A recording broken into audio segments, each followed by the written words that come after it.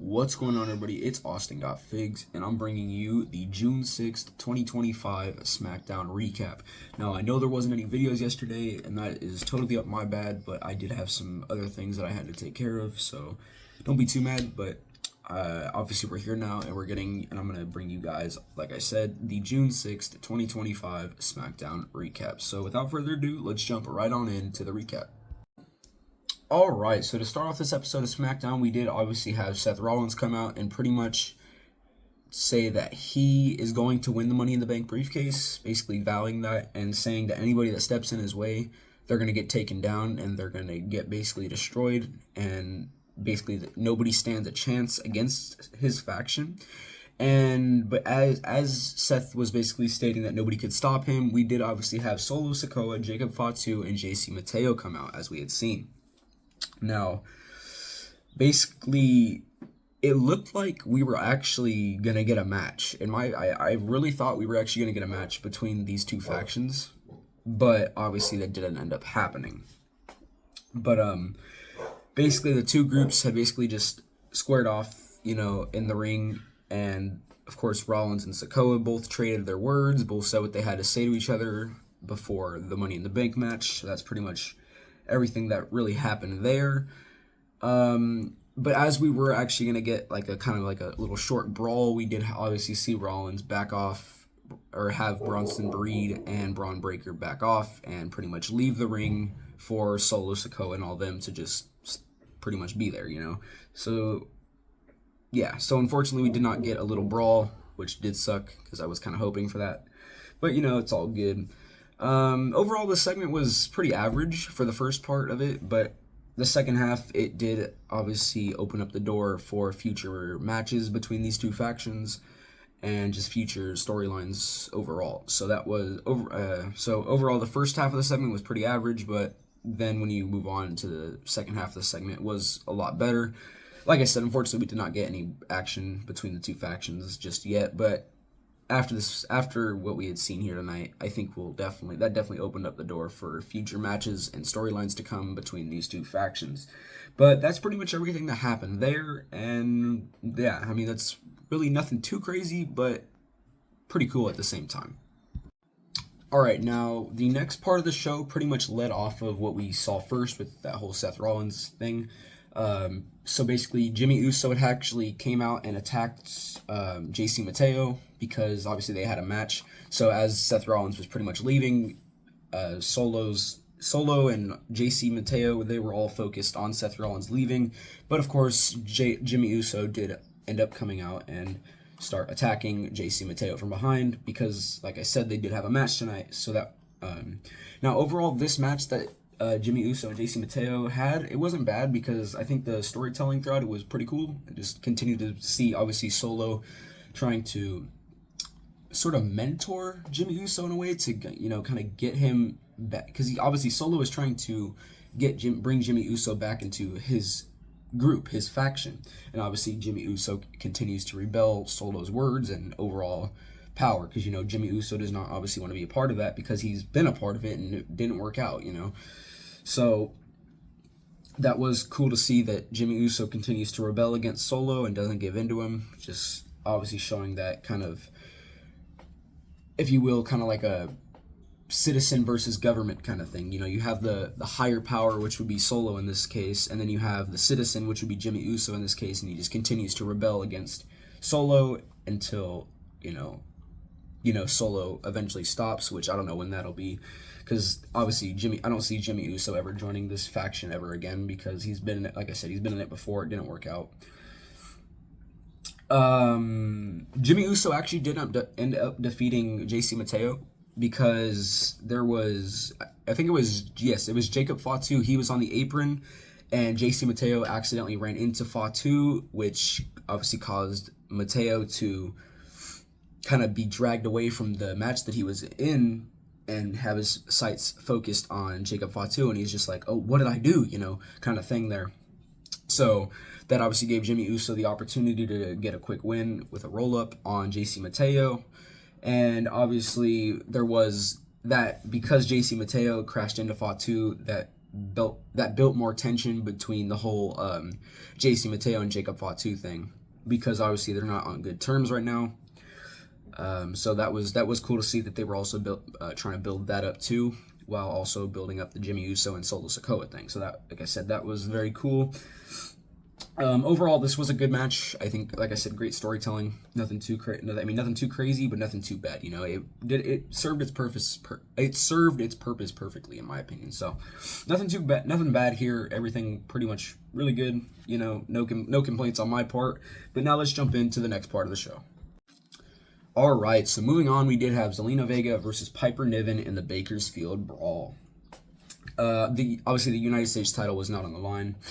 I really didn't care for this match, except the ending, which we'll get into that in just a few moments. I'm tired of Zelina Vega having anything to do with the Secret Service, honestly, but that's just me. Maybe some people like it. I mean, the match, like the stipulation with the whole Bakersfield Brawl, that's pretty cool, you know, kind of like kind of like an Extreme Rules kind of thing. I mean, you can use your weapons, of course, obviously. So, I mean, that was pretty cool. It's just I don't really care for this whole Zelina Vega and the Secret Service anything anymore. After Zelina won the United States Championship and then defended it against Chelsea again, I just think it should have been over after that. But you know what can you do, man? Really, like, honestly, what can you do? You know, it's just one of those kind of things. Like, you just gotta stick with it and be along for the ride. You know, it's just one of those kinds of things. Now, obviously, we did have, you know, with all these weapons, we did obviously have like a really cool spot where Zelina Vega actually DDT'd Piper Niven onto the steel chair, which I did think was pretty cool. You know, and then obviously we did have Chelsea Green and Alba Fire pretty much set up the table, which actually has the new Slim Jim logo on it now, so we did actually get to see a taste of what those tables actually look like. But this table would actually not be in Niven's favor, because we actually did have the appearance of Julia, which helped out Zelina Vega, because Zelina Vega had Piper Niven on the top rope, and she was going for the code red, but she just didn't have enough power to actually bring her down for the code red through the table. But then we did have Julia come out, and she with a kendo stick, and she whacked Piper, and then that came with the code red through the table. And then obviously Vega did end up defeating Piper, which obviously you kind of knew Vega was gonna win this. Zelina's the U.S. champion, you know, she's not going to lose until she loses the title, of course. So I did see Vega winning coming, you know. That wasn't a really shock to me. I knew that was how the match was going to end, with Vega winning. But I was surprised to see obviously Julia come out. As Zelina Vega's hand was being raised, we actually did obviously see Julia attack Zelina Vega, because they're obviously they're building that feud between Julia and Vega for obviously probably the next PLE. Which actually I can't wait for that. That's going to be a really good match, and I do hope Julia actually ends up taking the title, which I think she will, honestly. But that was cool to see at the end of the match with Julia and their segment, Julia and Vega, to obviously show us who the heel is in this match, which obviously after seeing what we saw, it's definitely Julia, because she obviously attacked Vega first. So that was cool to obviously see, and cool to see that they're building towards that, and they're not just like making it be lackluster. So that was very cool. Once again, obviously Zelina Vega did win this match, but overall this whole match and kind of segment was pretty cool, you know, nothing too special though. And then the ending was really cool to see, like I said. But that's really everything that happened there. But now let's jump into the next part of the show. Alright, so moving away from that, we did have Aleister Black versus LA Knight, and man, this was a good match. Now, unfortunately, it did end in a DQ, but we'll get into that in just a few moments. But this is a match that I can't wait to see again, at least personally, because I think this was a very good match, and because it ended in a DQ, they're definitely going to do this, of course, later on down the line, probably sometime after Money in the Bank. So that is one thing that I definitely can't wait to see. I think LA Knight and Aleister Black do have good chemistry, in my opinion. So for that reason, I think these guys should definitely have more matches in the future, because with their movesets, I think they worked really well. And overall in this match, they look like they both looked like strong competitors. So that was very cool to see. Obviously, this match came about because in the Money in the Bank qualifier that included LA Knight, Aleister Black, and I think it was Shinsuke Nakamura. We did obviously have Aleister hit Nakamura with the Black Mass, and LA Knight stole the victory because he threw Aleister out of the ring and then took the pin. So that's how we came to this match, because Aleister Black was obviously pissed off at LA Knight for stealing the victory. Now, getting to the DQ part of this, we did Seth Rollins didn't end up coming out with a curb stomp out of nowhere. He actually hit LA Knight with that, and that caused obviously the DQ. And pretty much after that, it was just a beatdown of Aleister and LA Knight. Honestly, there was nothing. I don't. Like, I can understand why Seth came out, but at the same time, I don't think that was really necessary there, in my opinion. But I can understand, it's just building more towards Money in the Bank and showing that Seth Rollins is going to do everything he can to win.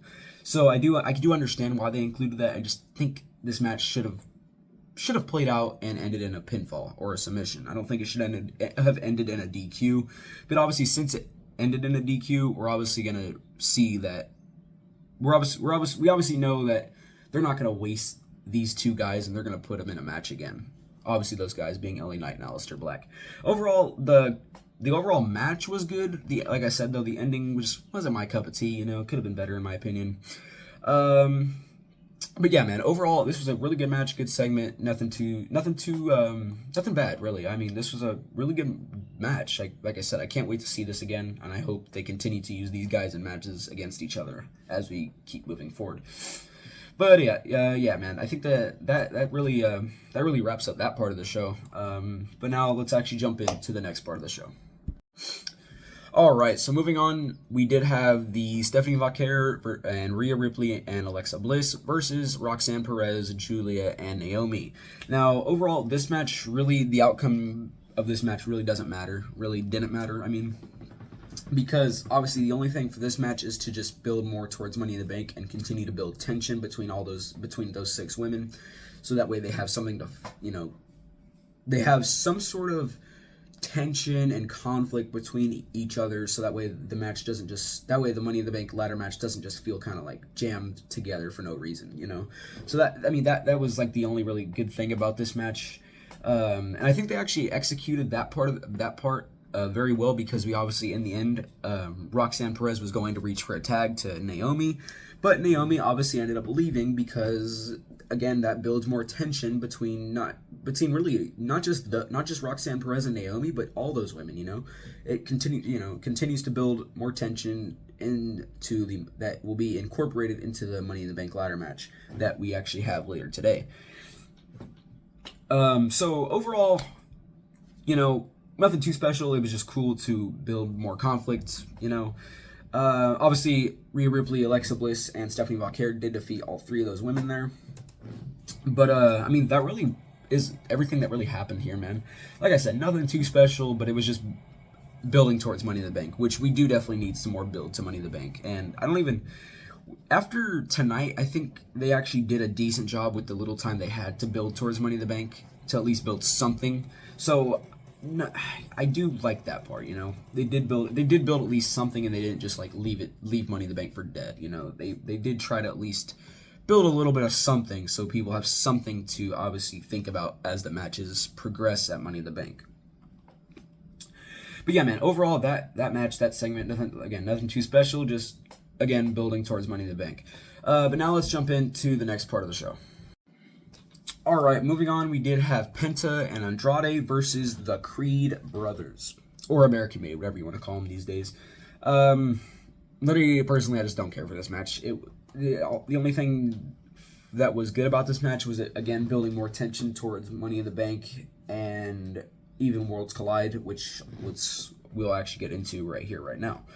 So the only really highlights of this match was Chad Gable was obviously out there because he's allies with the Creed Brothers, and they're obviously the American Made.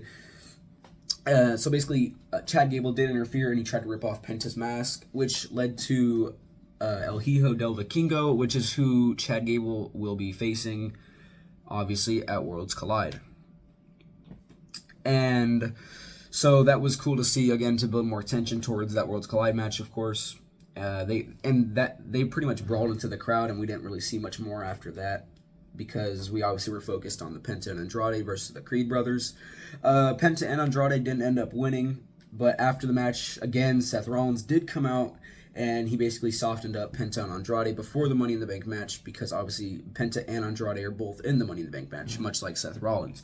So Rollins did come out and pretty much just weaken Penta and Andrade to get them weakened, and so it's easier for Seth to try to win the Money in the Bank, obviously.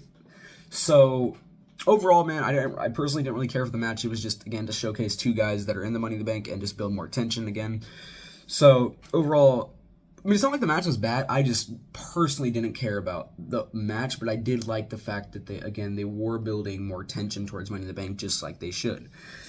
And honestly, that was kind of the whole theme of this show. It was really just to build tension towards Money in the Bank, honestly. You know, I mean, obviously setting up future storylines after Money in the Bank, but most of it just building tension and conflict for the current Money in the Bank matches. But for this match specifically, nothing too crazy. Again, I mean, Seth Rollins, like I said, did come out, attack Andrade and Penta. And that's really all that happened there. Obviously, Penta and Andrade, like I said, did defeat the Creed brothers and American Made. So overall, nothing too special, but again, you know, not the worst thing of the night, you know. But now let's move on to something a little bit more interesting, which was the obviously John Cena segment. All right, so moving on, we did have the final words between Cody Rhodes, Jey Uso, Logan Paul, and John Cena. Now, honestly, the segment was mid. Honestly, pretty mid. I mean, because we had obviously Jey Uso and Cody come out, you know, they were doing their talking and all that.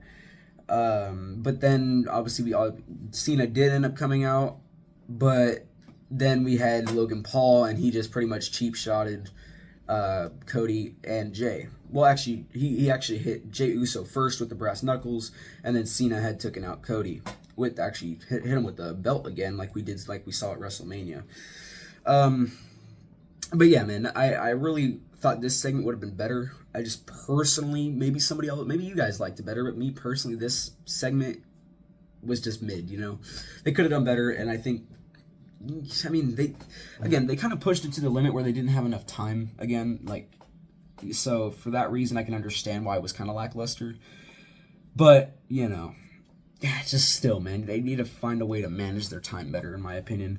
But overall, just nothing crazy, man. Really, nothing crazy at all for this part. I mean, you would think it would be something bigger, but it wasn't, you know. But yeah, there's not much else to talk about this segment in general. I mean, obviously we did see Cena just talking about how he's taken the Undisputed title home, and Logan Paul is gonna bring the world title to the top, because obviously Cena thinks that Logan is eventually going to win the world title, which obviously that should never happen in my opinion. But that was really like the only cool thing to see at the show. I mean, for this part of the segment.